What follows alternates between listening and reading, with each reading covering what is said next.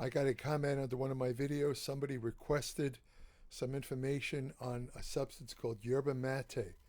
Yerba mate is usually consumed as a tea. Comes from South America. It's very popular down there. It's also available in supplement forms, but most commonly it's consumed as a tea. Now, the thing about yerba mate is that a couple of studies have shown that it stimulates fatty acid oxidation during exercise. Now, the problem there is that yerba mate contains some of the same ingredients that are found in coffee. Coffee is known to mobilize fat from fat stores, not necessarily oxidizing the fat, but promoting the release of stored fat. The way to oxidize the fat is to exercise. Some of the common ingredients that yerba mate shares with coffee is caffeine and also a substance called chlorogenic acid. Chlorogenic acid inhibits an enzyme that allows glucose to be taken up into cells, which would allow you to have a more even blood glucose pattern, and it also tends to reduce the development of obesity. The caffeine, yerba mate differs from differs from coffee because the caffeine in coffee hits you pretty fast. The caffeine in coffee reaches a peak in about 60 minutes. It stays elevated in the blood for up to 6 hours. Now, yerba mate, for some reason, I'm not sure, well, probably because of the other ingredients, yerba mate contains quite a few other ingredients, including polyphenols, saponins, and these things all work together to probably slow down the release of caffeine. So when you drink yerba mate, you can get an energy boost, but without the jitters that some people get when they drink coffee, especially several cups of coffee. So yerba mate would be a good alternative to somebody who wants to get a lot of the benefits of coffee without having to drink coffee. Now, some of the compounds that are found in yerba mate include xanthines. These are stimulants. Coffee is in this category. Caffeine is in this category, as is another substance called theobromine. And the xanthines also exist in tea, coffee, and chocolate. A famous xanthine was called theophylline. Theophylline is found naturally in coffee, and it was for many years. It was the main drug used to help control asthma. In fact, I used it myself. I developed asthma at the age of 12, and the main drug that I used for many years to control my asthma was theophylline. An interesting side note to that was that when you consume a high protein diet, you stimulate liver enzymes that tend to prematurely degrade theophylline. So the theophylline drug that I used was supposed to last 12 hours, but with me it only lasted about 5 or 6 hours because my liver, because of my high protein intake, rapidly kind of degraded the theophylline a little faster than normal. Some of the other ingredients that are found in yerba mate include what they call caffeol derivatives. These things are antioxidants that provide some of the health benefits associated with yerba mate. Yerba mate, when you drink it, it has a couple of effects that go beyond just drinking coffee. Both of them will mobilize fat. Yerba mate, as I said, exercise studies show that yerba mate directly increases fat oxidation, whereas caffeine will stimulate the mobilization or release of stored fat from fat cells. It doesn't necessarily increase fatty acid oxidation, whereas yerba mate does. And this is probably not from the caffeine it contains, but from some of the other ingredients, such as saponins, which are these are also found in yerba mate. Saponins are also the main ingredients of other herbs like ginseng. And of course, you have the polyphenol compounds in yerba mate, which are very potent antioxidants. Now, yerba mate also differs from coffee in the respect that yerba mate stimulates glucagon-like peptide 1, or GLP-1. GLP-1 was formerly obscure, but now it's quite famous because of the success of drugs such as Ozempic and Wegovy, which are what they call GLP-1 analogs, which were originally designed to treat type 2 diabetes, but it was shown to also exert pretty potent body body weight loss effects. So this stuff, yerba mate, actually stimulates the natural secretion of GLP-1 in the gut. Now, don't get too excited about that because the natural GLP-1 that's released in your gastrointestinal tract, it's broken down in only 10 minutes. And that's the difference between natural GLP-1 and the drug versions, because the drug versions are structured to last for, well, in the case of the injections, such as Ozempic and Wegovy, they last a week. And now they're coming out with another GLP-1 agonist that will last a month. So you only have to take it for once a month. It's not out yet, but it'll be out soon. Besides these antioxidant and nutrients, yerba mate contains a couple of vitamins, vitamin C, B1, B2, B6, probably similar to other natural sources of these nutrients. These B-complex vitamins are in minute quantities in yerba mate. So yerba mate, it cannot be counted on as an exclusive source of B-complex vitamins. Now, 80 milligram, at 80 milligrams of caffeine per cup, yerba mate contains about the same amount of caffeine as a cup of coffee. A cup of coffee, 6-ounce cup of coffee, averages 80 to 100 milligrams of caffeine, and so does yerba mate. And of course, caffeine is known to boost energy levels. It's a stimulant, and so does yerba mate. So in that respect, it's similar. As I said, there are a couple of studies that show that yerba mate can enhance sports performance, just like caffeine does. And it also, let me think here. Hold on a second. Like I say, one of the things that's really unique about yerba mate is that it seems to be a pretty good promoter of fat loss, separate from coffee and caffeine. Again, it's because of the compounds that our yerba mate contains, such as chlorogenic acid, hydroxycinnamic acid, which includes caffeic acid and quinic acid, and also the saponins. So chlorogenic acid inhibits the development of fat cells by reducing the expression of genes regulating the development of fat cells in mice studies. Now, the mechanisms of yerba mate on fat decrease, it's not directly known, but it might be due to the effects of single components, such as chlorogenic acid. So yerba mate also can protect against infections. A 2023 study found that yerba mate had antimicrobial properties that can help protect against strains of bacteria, such as E. coli, which is a common cause of bacterial infections. As I said, it helps you lose weight.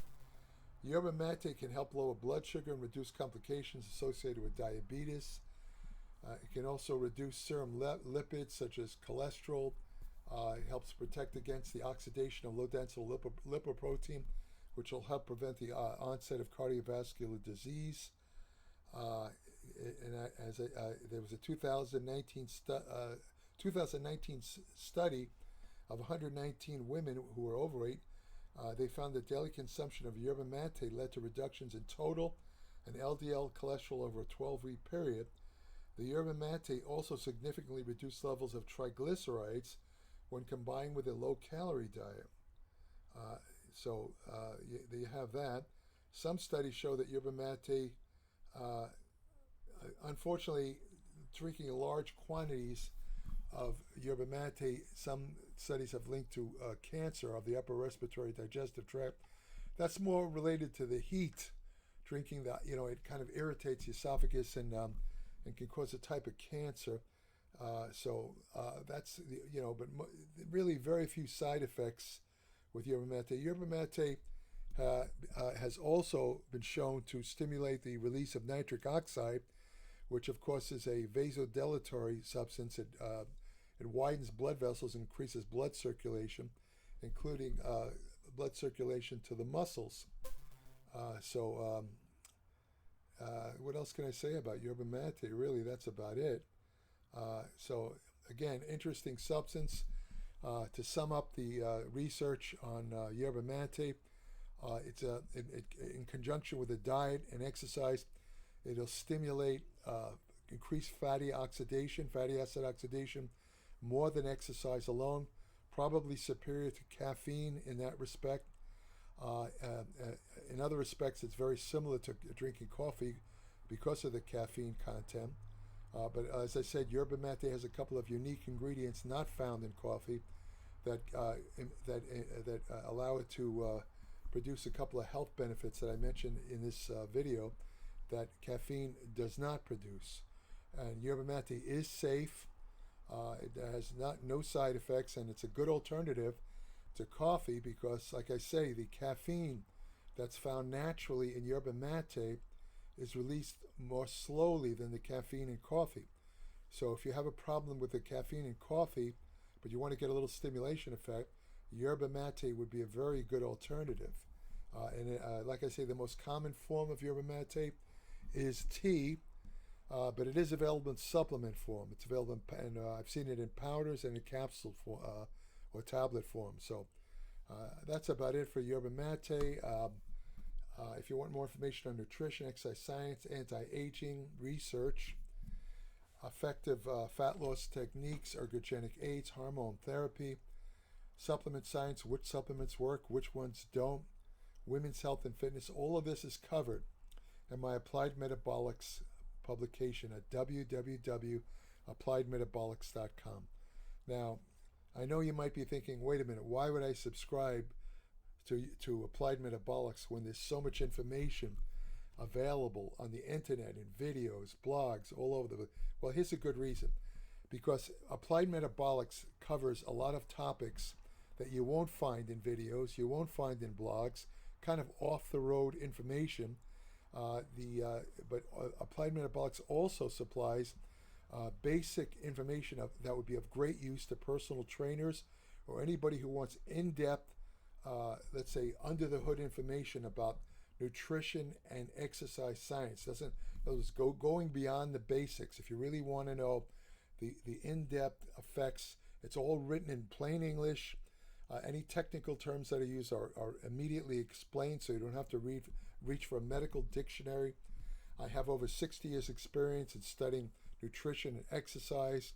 I was like I wrote for bodybuilding magazines for 30 years. I've written thousands of articles. I lost count. I don't know how many, but it's thousands. So I'm a professional writer. I know how to write for the public. A lot of these other digital publications have good information, but they're not written by writers, and unfortunately, they read like they're not written by writers. In other words, they read like more like doctoral dissertations, heavy on the technical terms. It's like reading Japanese if you don't speak Japanese. You have to have a medical dictionary by your side, and they're not written in a very lively style. Applied Metabolics is written in a magazine style, which makes sense since I wrote for magazines for over 30 years. So it's very palatable, very easy to read, and I guarantee you will learn something from reading every issue of Applied Metabolics. It's the most valuable resource I can think of for anybody excuse me, who wants detailed information on nutrition and exercise and general health and medicine. I have articles for women in there. It's not just for men. And again, this can improve your life, and in many cases, the information in Applied Metabolics can actually save your life. If you read Applied Metabolics, you'll readily understand what I mean by that. When you subscribe to Applied Metabolics, send me an email, and I'll send you an invitation to join my private Applied Metabolics Facebook page, where each day I post brand new information on nutrition, exercise science, and general health and medicine. I have an email portal on my Applied Metabolics webpage where current subscribers only can send me short questions about anything they read in Applied Metabolics or anything that comes to mind or they're curious about nutrition, exercise, and I will answer their question in appreciation of their subscription. This only applies to current subscribers of Applied Metabolics. So it's about 30 to 45 pages every month, no ads, just pure information that is of practical use. You can use it every day. I don't write about esoteric stuff or stuff that can't be used. There's a lot of interesting material, to be quite honest with you, that I would like to write about, but there's no practical use for it. You know, this is stuff that hasn't been developed yet. It's like in the future, or it might be something that is useful but can't be obtained by most people. In my next couple of videos, I'm going to talk about certain substances which are probably very good if you can get them. But the problem is getting them is difficult, and the price will be very exorbitant. It'll be more restricted to people like Elon Musk and Jeff Bezos. So what's the point of writing about something that nobody's going to be able to use except the ultra rich? And they won't even use it because they're not really into this stuff. So anyway, what else can I say? If you please also subscribe to this video channel.